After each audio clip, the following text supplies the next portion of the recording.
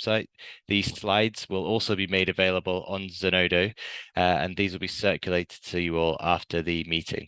So again, welcome to all those who joined us. Also, I'd like to say that we'll be conducting a couple of questions at the beginning and at the end using Mentimeter.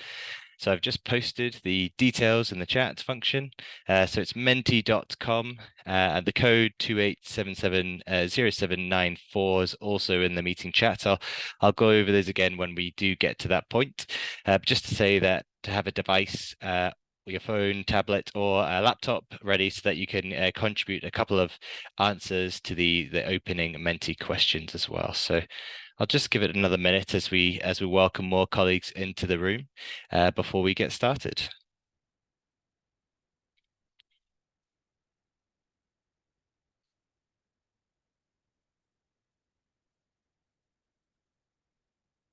Again, welcome to those colleagues who've just joined us for the third Fair Implementation workshop. This session will be on Fair by Design methodology, how to develop fair materials. So I think at this point we'll look to get started. So I'd like to give it just a couple thoughts on the Fair Impact project as a whole. So our Fair Implementation Workshop series aims to help three key stakeholder groups: research performing organizations, repositories and data service providers, national level initiatives, all to become more familiar with the fair enabling tools, approaches, and methods. Each workshop will provide an overview of a specific fair enabling activity, share information on recent developments, both from an overview of a specific fair enabling activity, share information on recent developments, and recommendations. Each workshop will last a maximum of 90 minutes. Today's session will be an hour long. We'll include plenty of time for discussions and questions at the end. So the Fair Impact project is funded under the European Commission Horizon Europe programme as one of the Infra-EOS projects. The project builds on the work of the Horizon 2020 Fairs Fair project and is a coordination and support action focusing on expanding fair solutions in Europe. Fair Impact has 28 partners from 10 member states and the UK. The project began in June 2022 and will finish in May 2025. So essentially, Fair Impact is working to support the vision of a European Open Science Card where fair data can be shared and reused. Our focus is on identifying current and emerging tools, methods, and approaches and supporting their adoption. A key aim for us is to help ensure that useful resources developed by one community of practice can be adopted by others. And we see this Fair Implementation Workshop series as a key way to divulge that information. So now I'll go to menti.com. As mentioned, you'll just need a tablet device or a laptop. You'll need to type in menti.com and enter the code 28770794. So I'll just go to share that now. So I'm glad to see that 12 of you have already responded, so thank you for that. Starting off by finding out a little bit about you, our audience. So beginning with what country you're from.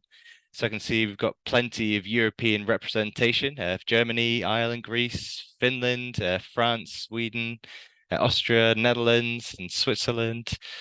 Belgium. I think we haven't had someone from Belgium on the series before, so welcome to you all. I think at this point we've got plenty of responses. 41 of you, so there's just give another couple of seconds to get your country in before we move on to the second questionnaire.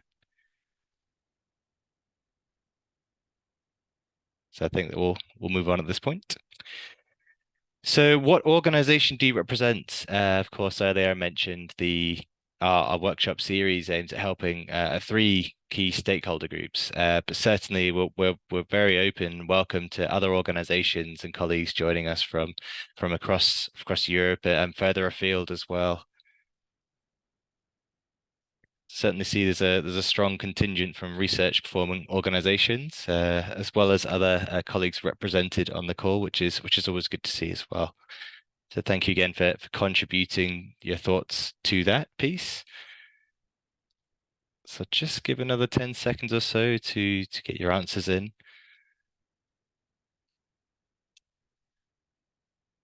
Okay, we'll move on to the third of the 4 opening questions.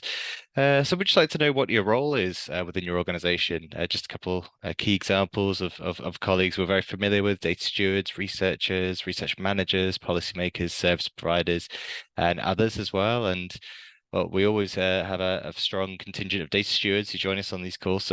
So welcome, and thank you again for joining us. Information specialists, research data managers, research data manager training coordinators as well. Welcome and thank you for joining us today. As mentioned, I'm just conducting a couple of questions, so we'll just have, I believe it's one more after this one before I hand over to my colleague Sonia Filiposka from the Skills for EOSC project. Okay, fantastic. So again, I'll just give it another 10 seconds or so just to get any last minute submissions and telling us a bit more about who our audience is today. And again, welcome to everyone and thank you for joining us today. Okay, so that's the final question of the opening Mentimeter. It's always an interesting one. So what are you hoping to get out of today's workshop? And as I mentioned, and welcome to colleagues who just joined us on the call, at the end of the session, we'll be sharing 2 more questions just to wrap up and hear your thoughts about how and what you're looking to do with the new information that you've taken on from this workshop. So it's always really interesting to hear the thoughts and colleagues' responses on that.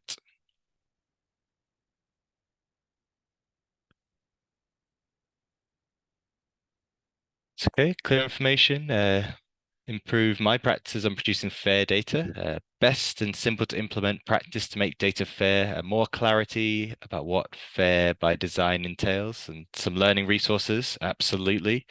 Practical advice, insights, experiences. Best practice for repositories. Guidance on making training materials fair.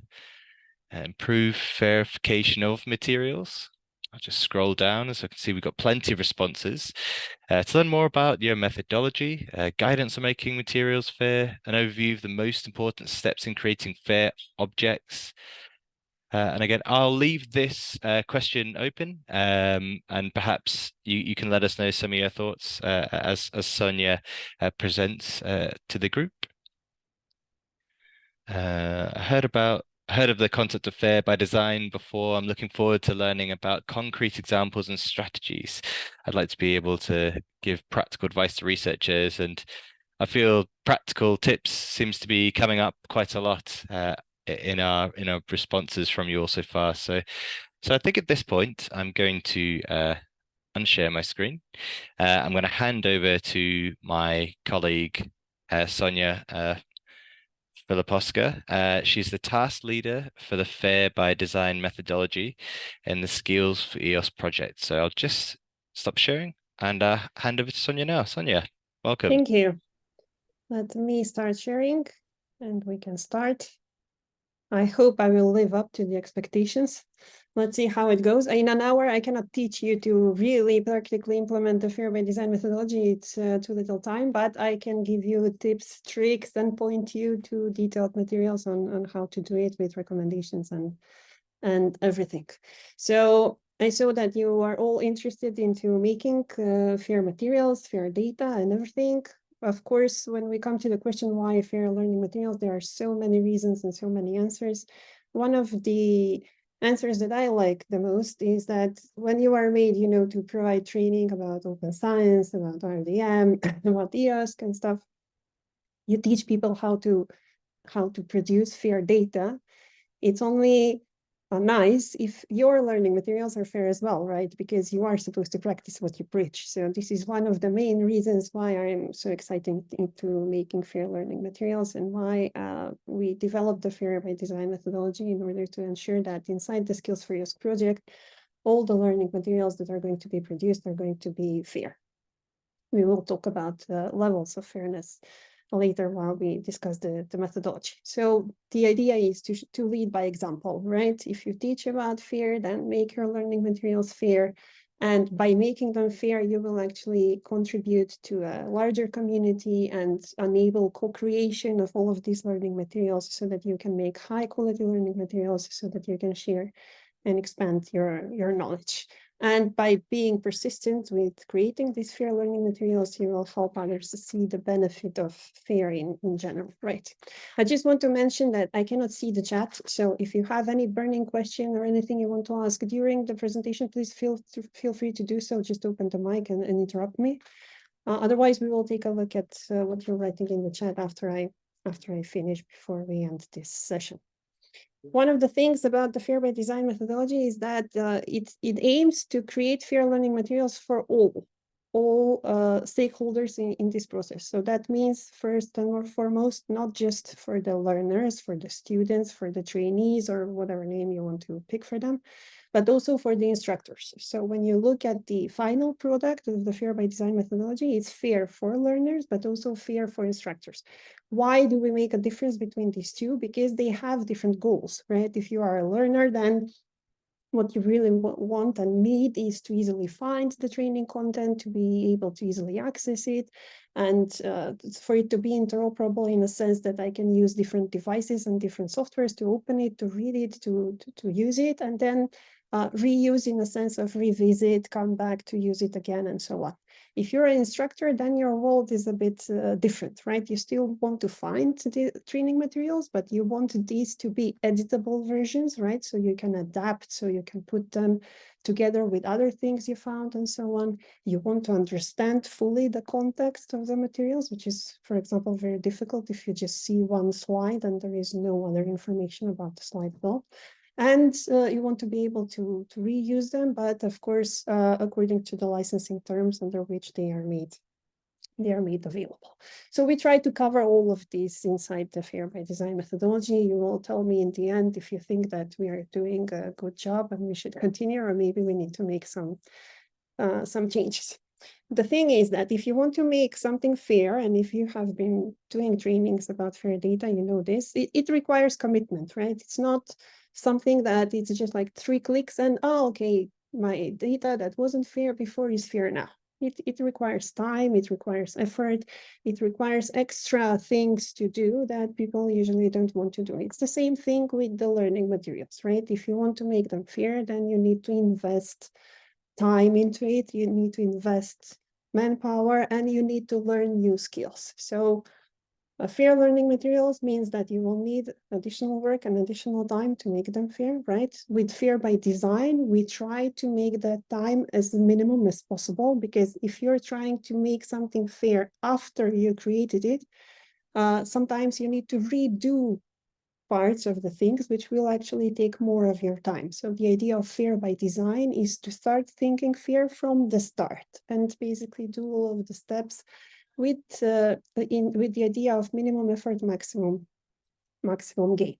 Of course, if you are a traditional trainer, then in order to make fair learning materials, you need to develop new skills like know about metadata, about persistent identifiers, about licensing, attribution, open file formats, and all of this stuff that makes fair materials.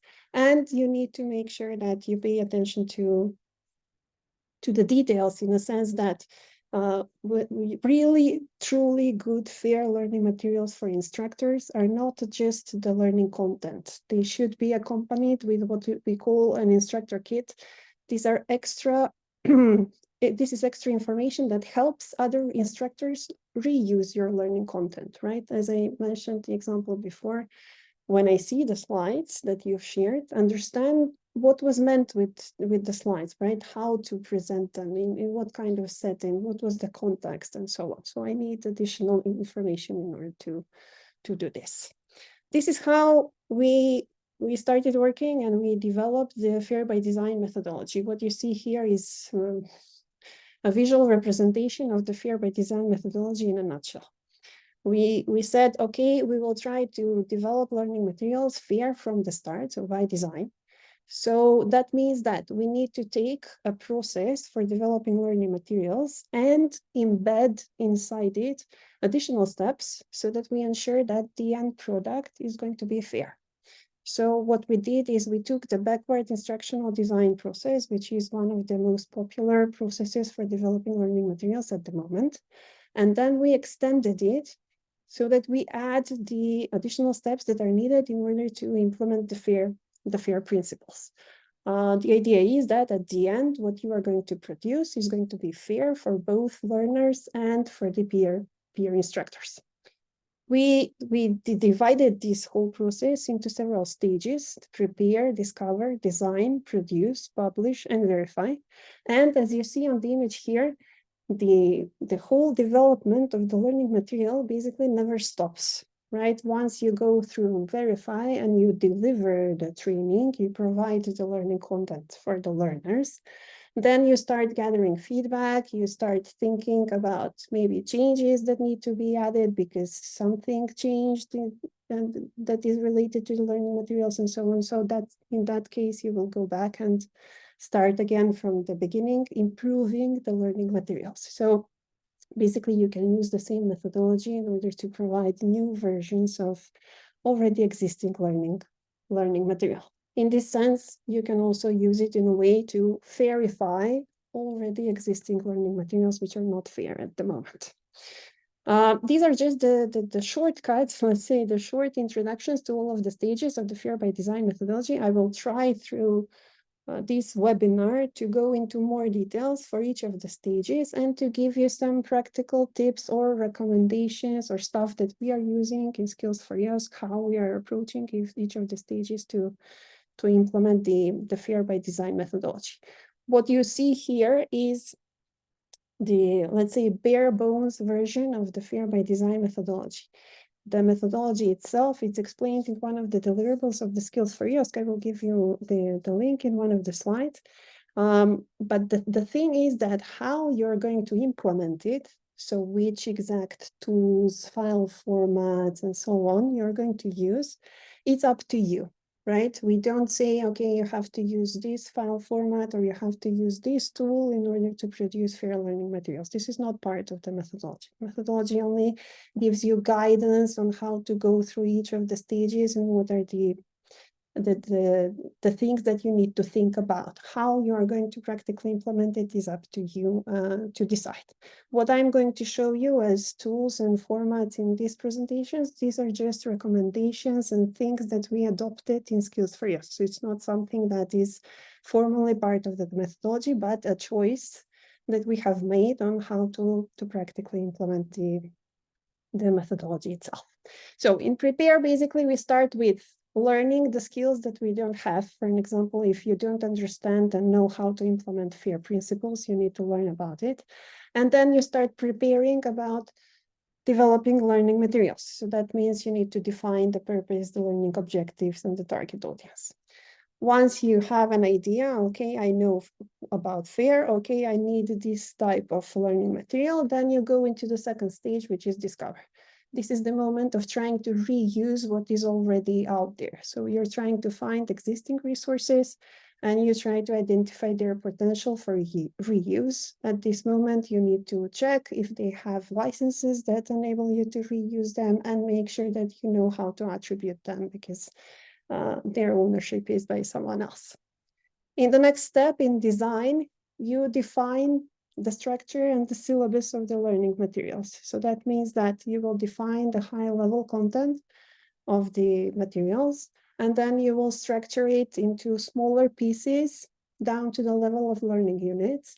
You decide on the granularity, how small, how big the pieces are going to be, how they're going to fit together. And the one thing that you mustn't forget about is that each of the pieces need to be accompanied with facilitation materials. So these are additional files that are information about instructors that in the future would like to reuse your training material.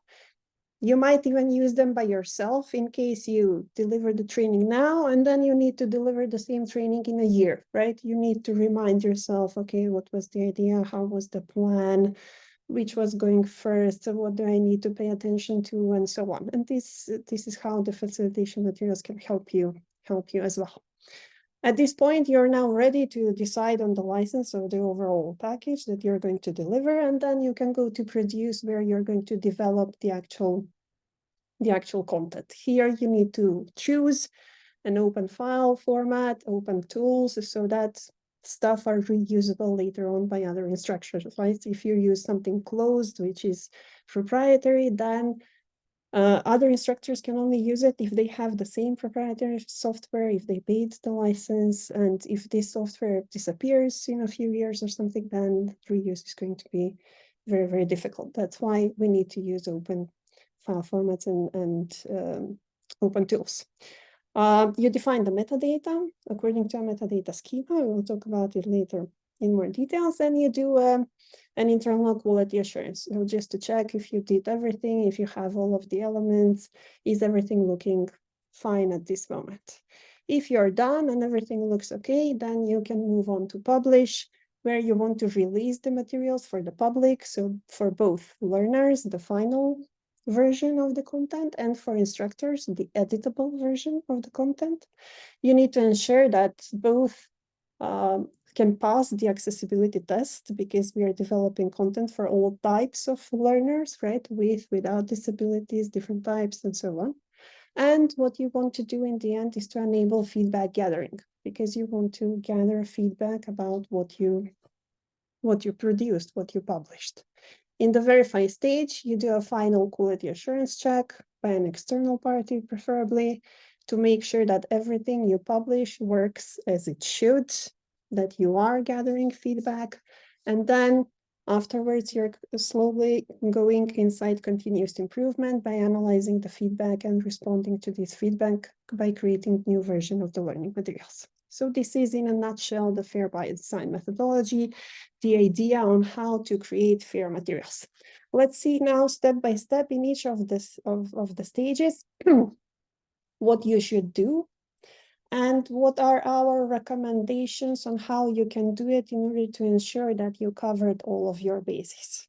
So we start first with prepare. Of course, we said the first step is to learn about FAIR if you don't know about FAIR, right? You might be very new and you want to create FAIR learning materials. So you need to learn stuff like how to curate and share FAIR data, but you also need to learn stuff about IPR, about licensing, about attribution, and you need to learn about the RDA minimum metadata schema, because this currently is the only schema that is defined specifically for learning materials. So unless you are developing learning materials for a specific field, which already has its own nicely developed metadata schema, then the metadata schema that you should use for your general purpose FAIR learning materials is the RDA minimum metadata schema that defines all of the fields that need to be part of the learning material so that they are described in a way that is readable by both human and machines.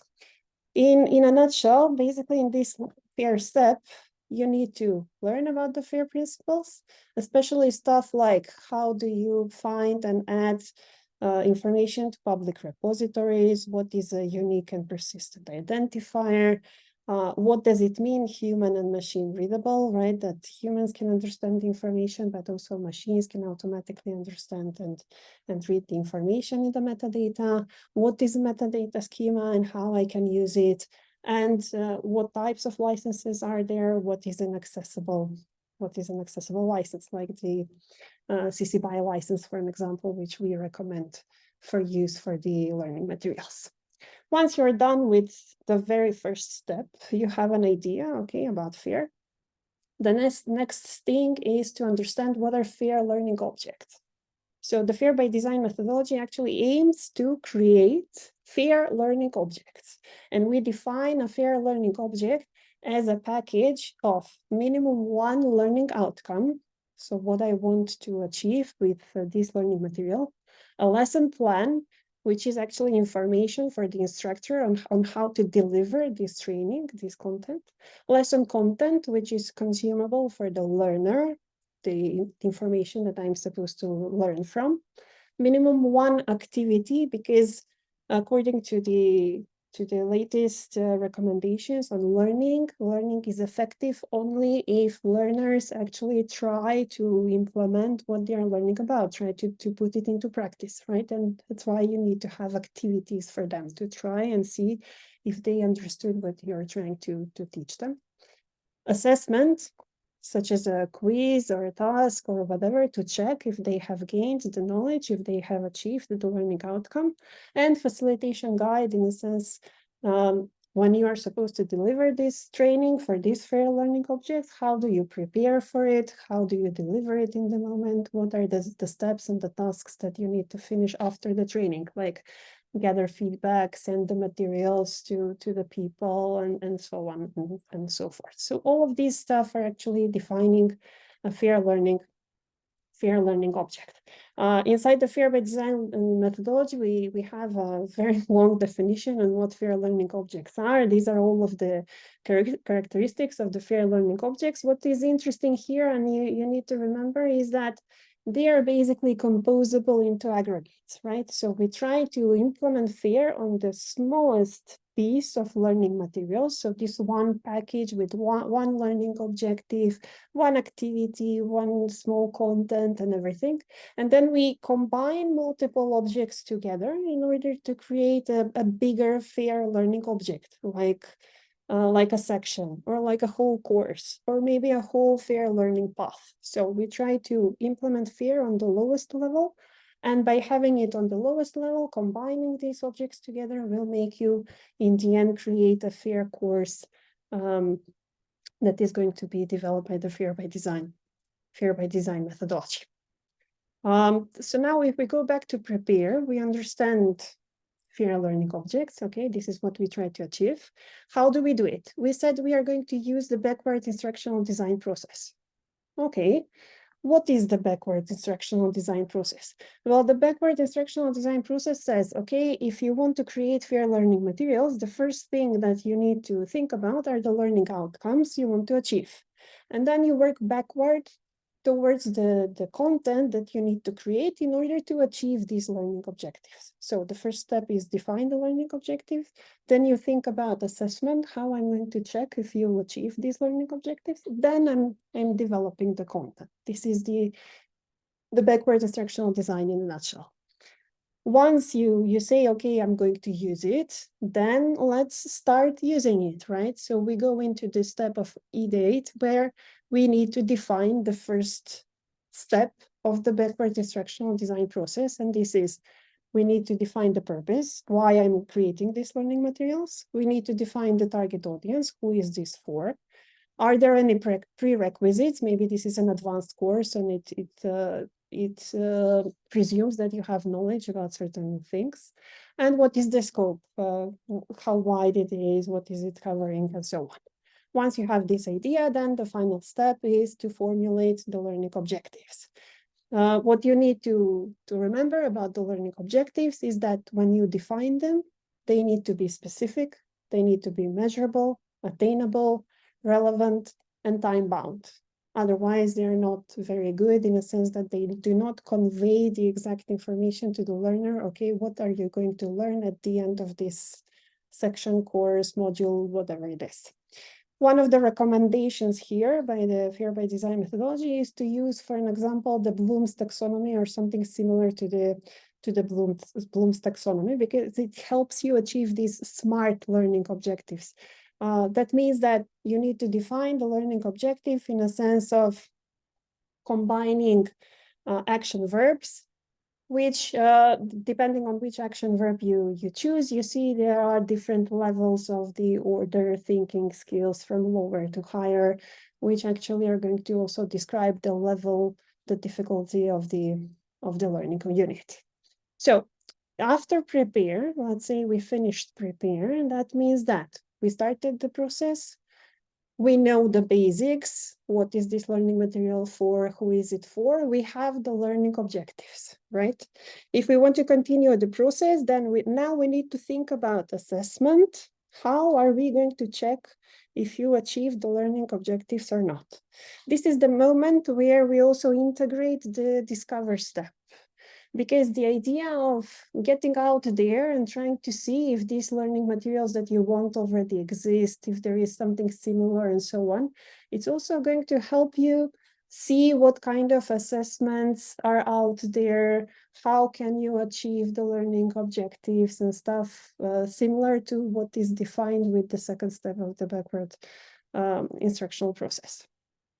Where are you going to find information about existing learning materials? Well, it's a very big world out there, so you might find it in different places. Some of the places that you can use in order to search for this information are provided here. So you can try open educational repositories, such as the ones that are listed here. You can, if this is learning materials which are specifically related to open science, to EOSC, you can try the EOSC training catalog, or you can try the different training catalogs and platforms which are defined by the different EOSC projects. Skills for EOSC also has its own. Or you can try some general repositories like the Creative Commons Search or Zenodo or OSF, where you can find all kinds of materials, and some of them are also learning materials. It's not easy to find what you're looking for, but it's good to try at least, because you might be surprised with what you find, right? You never know. Another thing that is important here is that you also need to discover and find all kinds of multimedia files, in a sense that you want to provide rich learning experience. That means that the content shouldn't be only text, right? It needs to have images. It would be good if there is also video, audio, or something, so that you can cover a wide base of different learners and different so-called learning modalities, because different people respond to different things in a different way. Some are more inclined to reading, some to listening, some to watching a video, some to the activities, to trying out things. So you want to cover all of your bases. Let's say that you found what you could find, you got inspired. Some of the things might have accessible licenses, so you can reuse it. That's great. Now we can continue to design. We can design the structure. We can say, okay, how are we going to define our learning materials? The first thing you can start with here is sketching a content concept map.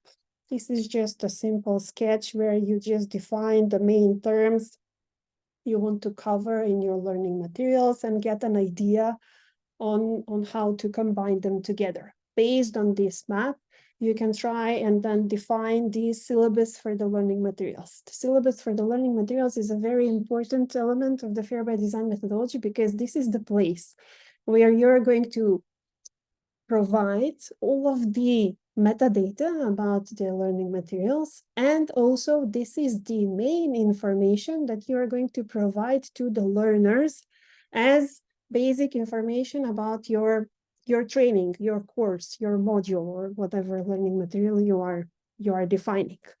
Inside the Fair by Design methodology, we recommend that these are the elements that your syllabus has. If you pay a good attention to all of the elements in the syllabus, you will see that most of the fields that you see here are basically the elements of the metadata schema defined by RDA. So if you create this syllabus, you are actually providing the required metadata for your learning materials. There are also a couple of fields that are not part of the RDA metadata schema, but we found it very, very good to be added at this point in the syllabus, such as, I don't know, contact information, separate information about who are the authors of the learning materials, who are the trainers, certification information, also accessibility mission, because as we said, by the Fair by Design methodology, accessibility of the learning materials is also very, very, very, very important. So you should, at this step, define all of these fields. They don't have to be the final version, right? You are starting. Developing learning materials is an iterative process, but let's say we have the first draft of the syllabus. Now that I have the first draft of the syllabus, I know on a high level what I'm going to develop as a learning material. I can go into lower levels and define the learning resources in a more granular way. This is the step of structuring. This is where I say, okay, these are the pieces that I found and I want to reuse. these other pieces I didn't find, so I'm going to develop by myself. I'm going to divide them into these small pieces, combine them in this way. So I'm trying to create like a granular vision of my learning materials. For each of the pieces, I need to develop certain information, right? What is the information that is recommended by the FAIR by Design methodology? Not just the content, and by content, we mean the notebook. This is the main material for learning for the learners. Slides, if it is an interactive training session, webinar, or face-to-face. And activities, what are the activities that are going to be done during the training? But also the learning units plan. This is information about instructors, how to deliver the training. And of course, assessment. What are the questions that are going to be asked if it's a quiz at the end? And what is the strategy? Is the quiz going to be in the end? Is it going to be throughout the learning? How much time? How many attempts? And things like that. Okay, so you need to cover everything. What the methodology is trying to tell you at this point is that don't just focus on the content, focus on the other stuff as well, like the unit plan, like the description of the activities so that other people can perform them, like the assessment questions that can be reused by other people as well. One of the recommendations here is to follow the so-called Hunter's model. This is not a must by the methodology, but it is something that might be interesting for you to implement. This is the Hunter model. So when you are developing the content on the slides, you start by telling the learners, okay, these are the learning objectives.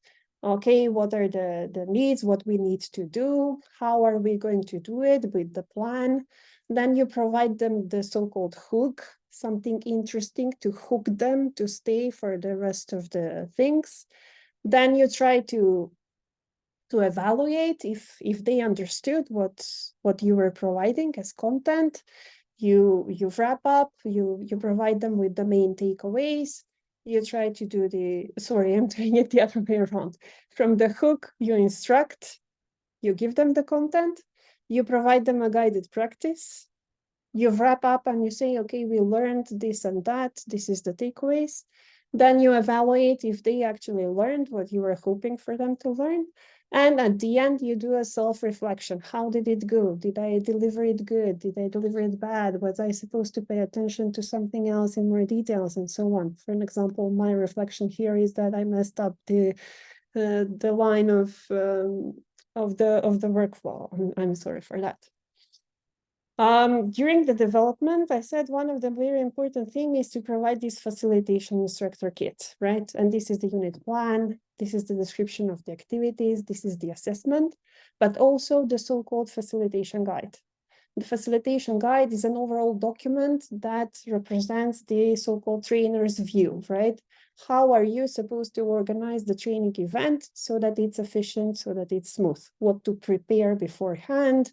What are the tools that you need, like a projector, I don't know, a flip chart, Mentimeter, whatever, how to set it up, what are the questions, and stuff like that, you know, logistics stuff that you need in order to provide the training.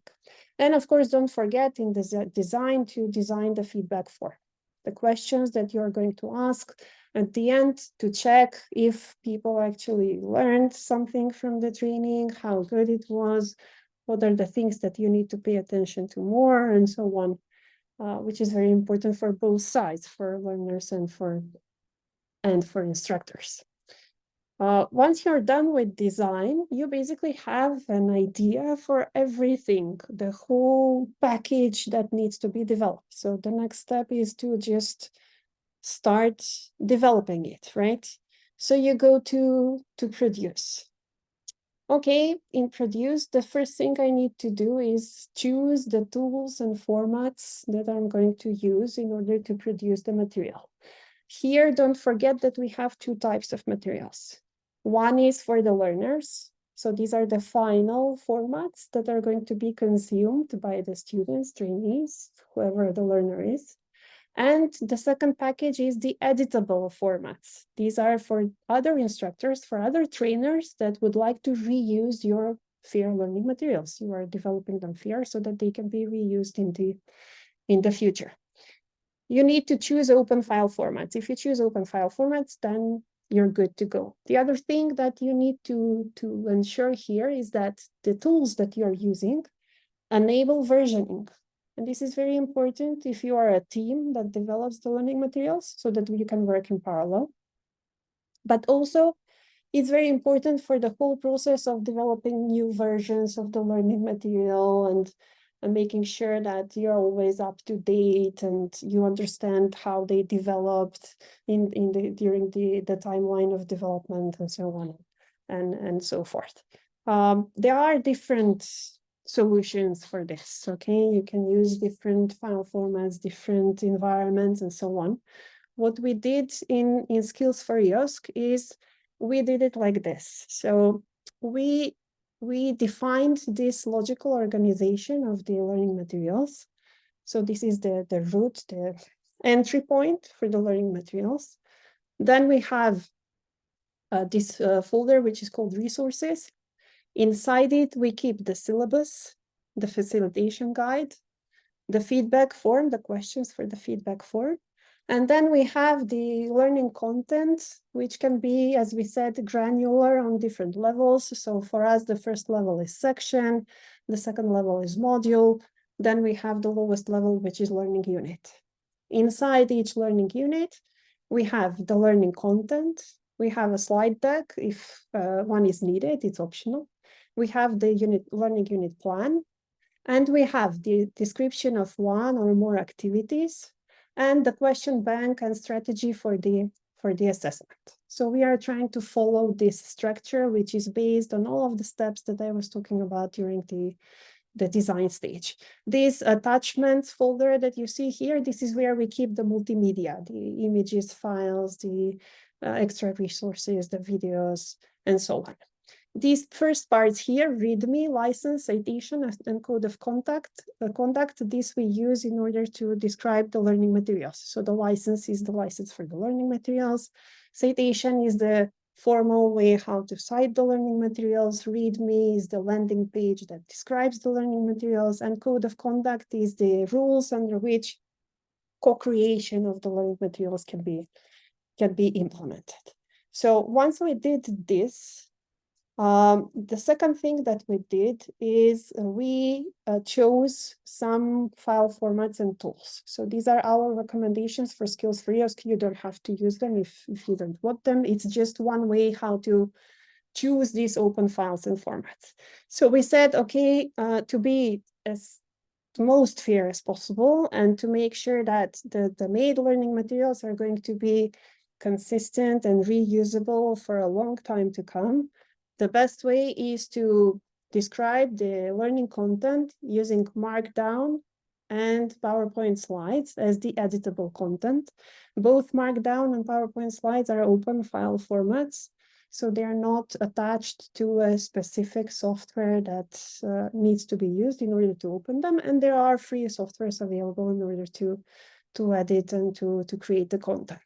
For the final content, which is the content consumed by the learners, we recommend using HTML book-like for the notebook and PDF for the slides. And for the collaborative environment, in order to provide the granular versioning, the best thing would be to use GitHub. But as I said, these are just recommendations. You can accept them if you want, you can use different things. Just try to do this step and to make sure that what you're choosing is open. After that, what you need to remember is that all of the files need to be checked for accessibility because you want to produce the widest range of learning material as possible. And that means following different standards and guidelines like the ones from the World Wide Web Consortium that defines the rules on accessibility. And some of the rules are very easy to follow, such as these ones here. For example, use headings, use table of content, use a high contrast color palette, or use descriptive links, provide alternative text for images, and so on. So you just need to make sure that you're doing this stuff. And there are also tools which are called accessibility evaluation tools, which are freely openly available on the site of the World Wide Web Consortium, and you can use them to check if your material is accessible or not. And then you just do this again and again for all learning units, for sections, for everything, until you come to the end and you finalize the whole thing. When you are finalizing, then you just need to make sure that your metadata is up to date. Maybe you changed the structure or something while you were developing. And you need to make sure that you provided the information for the facilitation guide, because usually this is one of the things that is written last. After that, you do a self-assessment, see if you have all the required elements, if everything is developed as it should be per learning unit. And then if everything is okay, you're good to go. So the next step is publish, right? For publish, you need to make sure that you did the final preparations. Do you have the README file? Do you have the citation file? Do you have code of conduct?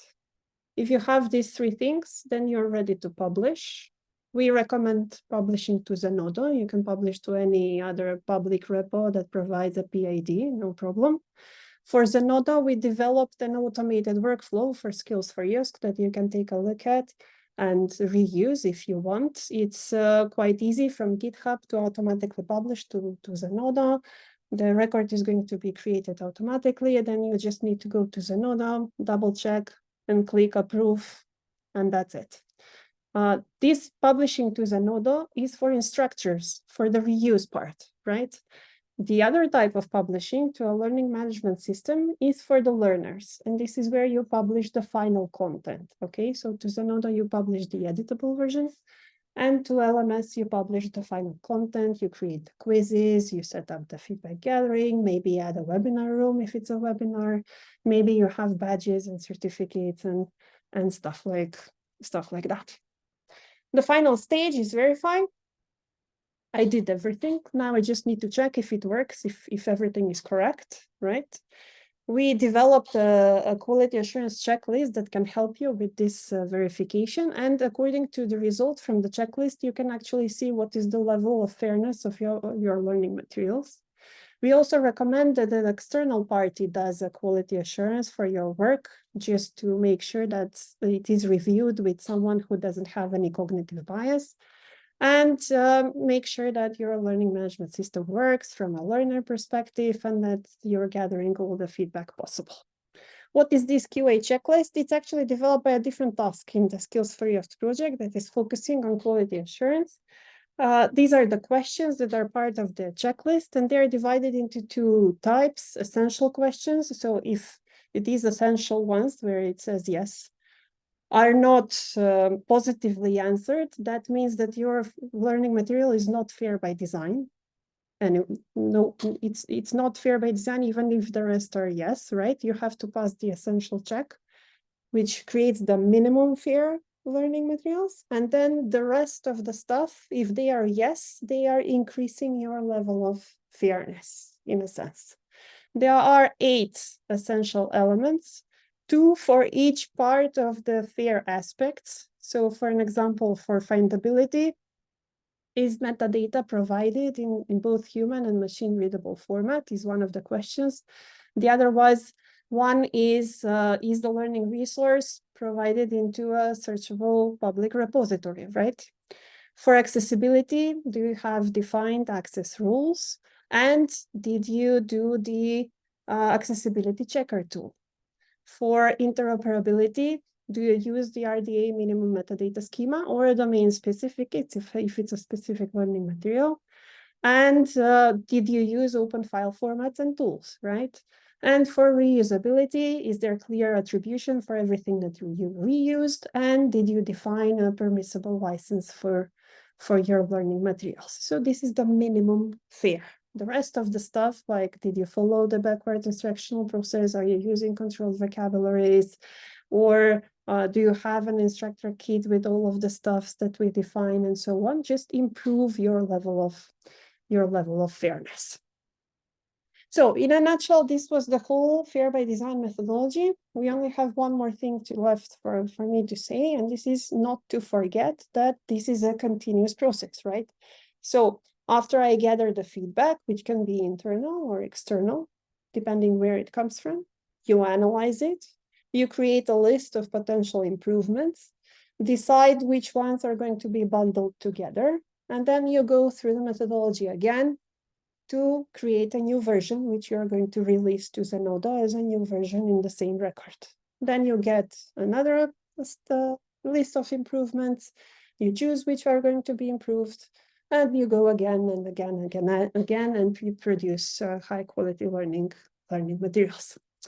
All of the stuff that I've been talking about is just fly through the Fear by Design methodology. If you are now interested in the details, if it makes sense to you and you would like to go more in depth into it, I have these links to offer you. So the methodology itself, published as a Gitbook, the Train by Trainers course, which was already provided for the Skills for Yours project. This is the link to the learning platform where you can also find the recordings of the training.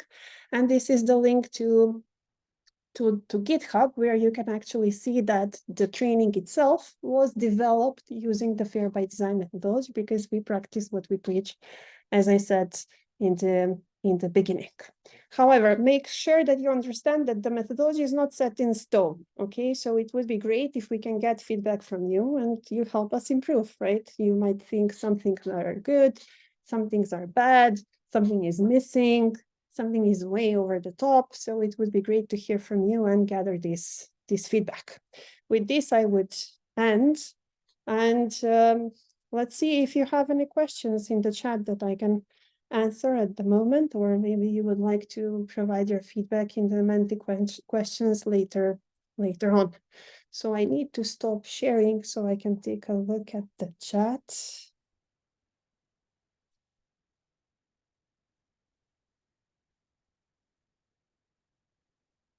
Okay, I don't see any questions at the moment. Oh my God, this was like an information overload for you, huh? And you don't know what to ask at this moment. Maybe it was too much at once. Yes, I see a hand raised here. Yeah, maybe David Rayner, if you want to unmute and ask your question. Sorry. Thank you. Thank you for a great seminar and a real overview of how we might do this. I was looking at the RDA recommendations here, and I guess what strikes me is that the element names are not simple computer-friendly element names, where they have slashes and parentheses. The element names, in a sense, can Title, abstract, / description, author, open parenthesis, S, close parentheses.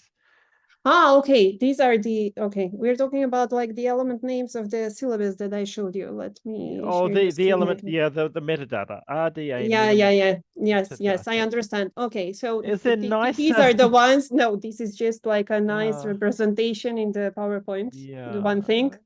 The other thing, let me just find it somewhere here. Yeah, like this one, like authors with the S in front. Yeah. No, this is just for the PowerPoint, okay? So there is a link here in the slides that I jumped through because we didn't have time. So we created a template for all of these files that I was talking about. So for all of this structure, the whole structure is provided as a template on GitHub. Okay, and it uses Markdown and PowerPoint as the tools that we recommend. So it is implemented in this way.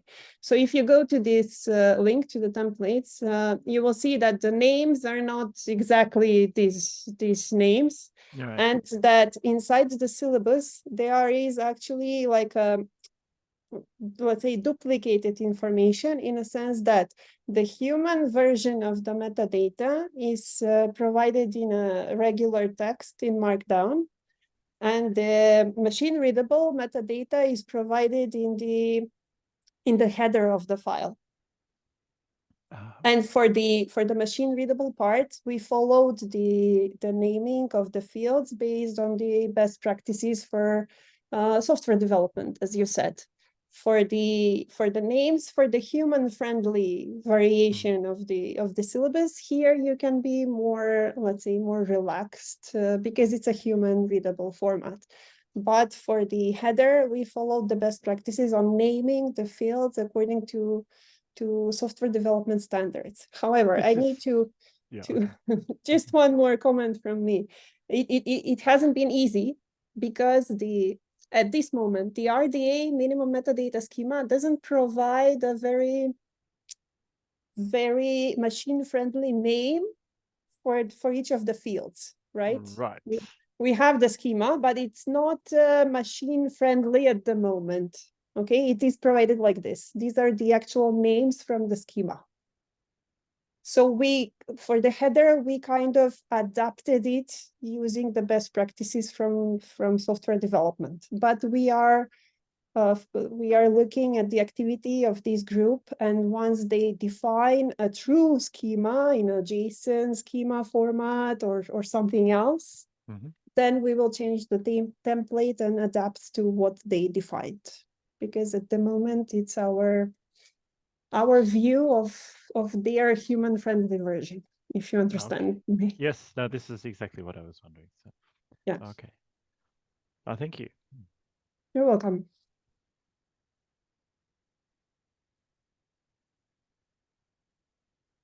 I think, Sonia, there was a couple of questions just to share the links to the GitHub. So maybe we can. Yeah, sure. I can do that in the chat. I will also. Are you going to send an email, I think, to all of the participants with the slides, Joy? Yeah, we'll put the slides up on our website by next week at the latest, and we'll let you know when they're there, and we'll try to pull out the links as well, just to grab them from the chat. So. Okay, so here I will paste some of the links, not all of them. Let's try. It's not working. Yeah, no worries. We can do that afterwards, so no worries. You don't have to do that on the fly. Okay, these are the templates for an example. I mean, one question I had, which I'll just maybe ask, since we have just a couple of minutes before the closing Menti. It was great to see the overview of the methodology. And I was just wondering, I mean, I'm sure you've probably done internal testing and skills for EOSC. Do you have any kind of sense as to how much time it takes to kind of follow the steps and or is that the kind of information? I mean, I have sense from personal experience because, as I said, we developed the training materials using the methodology itself. So I personally, I'm a professor at the university, so I developed learning materials for the past 20 years or something. And believe me, when I say the first time for the first learning unit, it's very difficult, a long time to do it, and I was like, okay, do I have to do this? Why did I say that we need to do that as well? Oh my God, this file, that file, like you need, like, let's say at least 2 times more time invested than just doing what you're used to. And let's be honest, what we are used to is just doing a slide deck and that's it, right? So if you really want to be fair, it takes a long time. But the good thing is once you get into it, for the first 1 or 2 learning units, it's difficult. Then you see that it becomes easier and easier, and it becomes part of you. And it's in the end, all of the activities, you do them in a way, but they are just not so structured and not so organized together. Because if you do a course for students, you need to do assessment in the end, right? You need to define the activities somewhere, at least write down a sketch, because, next year I don't want to remember from heart what was this activity about or whatever. You need a plan so that, okay, 5 minutes for this, 20 minutes for that.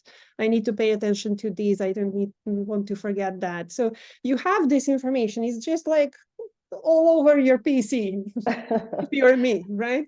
And using the Fair by Design methodology, you kind of put it all together in a structured way, and it's nicely done. So we try to alleviate this problem using this templates repository. So it guides you for all of the files. You have, you know, like placeholders. Okay, put the description of the activity here.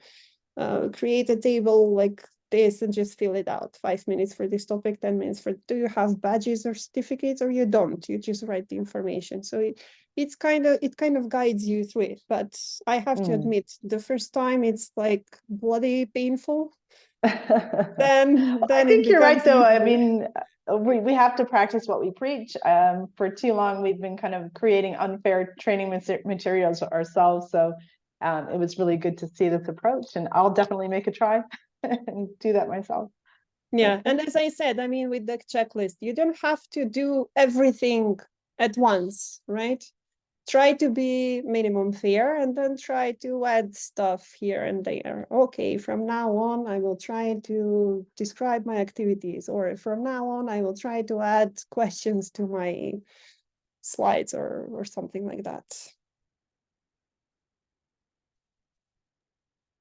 I don't see any other questions in the chats. So I'd say if anybody does have anything, you can feel free to put them in the chat. We'll collect anything that you want to pass over to Sonia. But I think we do have a couple of Menti questions, maybe just to catch before you leave. So I'll hand back over to Al. And thank you very much, Sonia.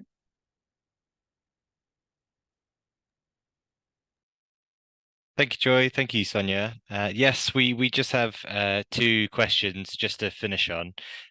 So if you'd like to just grab your devices, menti.com, the code is 28770794. As I say, we've just got 2 questions to finish on, so just appreciate we're slightly over time now, but if we could just ask for a couple of minutes extra of your time, that'd be really useful to hear your thoughts.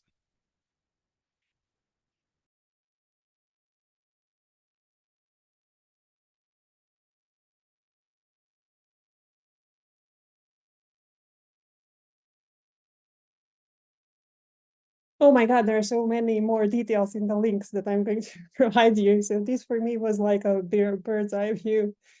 Yeah, I hope you like the methodology. I'm glad that at least someone finds it clear. I understand that it's a lot of information that I gave you in a short span of 1 hour.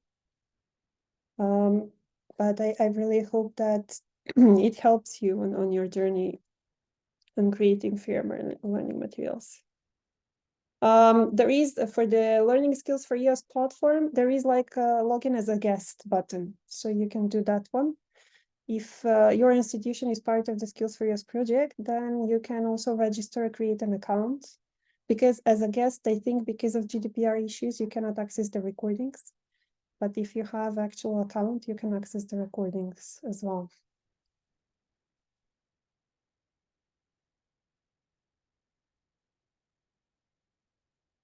Yes, we try to also cover aspects from training programs, like the facilitation guide, how you are going to deliver the learning materials.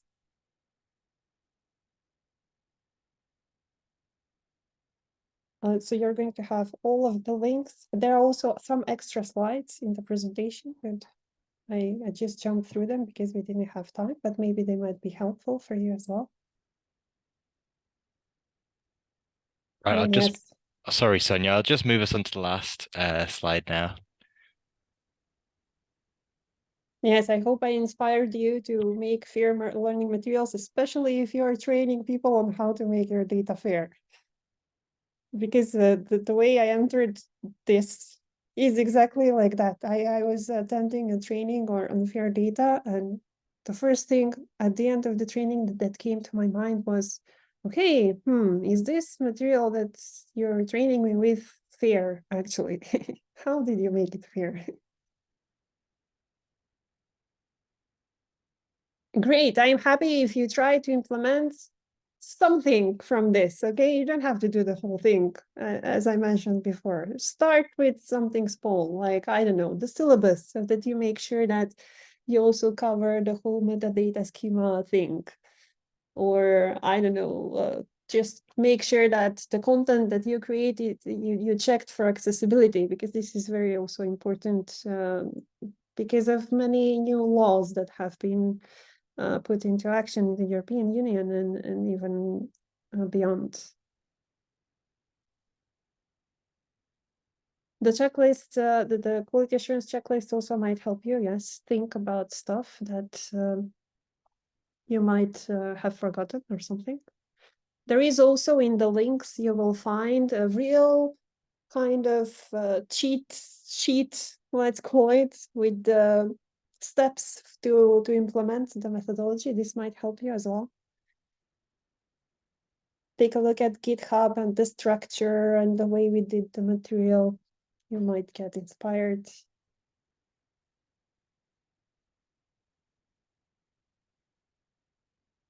Yes, as I mentioned, doing it from the beginning is very important. I tried once to make existing learning materials which are not fair. I ended up changing them quite a lot. So I think it took me more time than if I started, from scratch and did a new version, basically.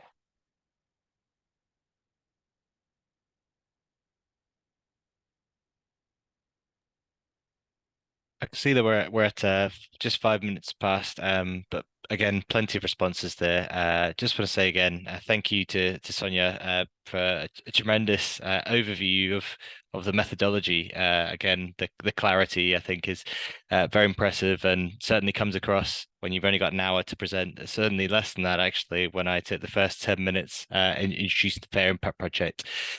Thank you to everyone for joining in today. I'll leave the Menti open as well. So if anything else does come to mind, or if you'd like to share any action that you intend to take as a result of hearing the presentation today, please do let us know. So just say once again, thank you for joining. And we hope to see you next year in February, I believe, the 27th. But do look on the Fair Impact website for other fair implementation webinars as well. So thank you again for joining. Take care. I also want to say thank you for everyone for listening and for the great comments. And I'm also open for bad comments as well. So if you need anything, any help, any thoughts at all, you can always drop me an email. I'm around. I will answer for sure. Thank you all so much.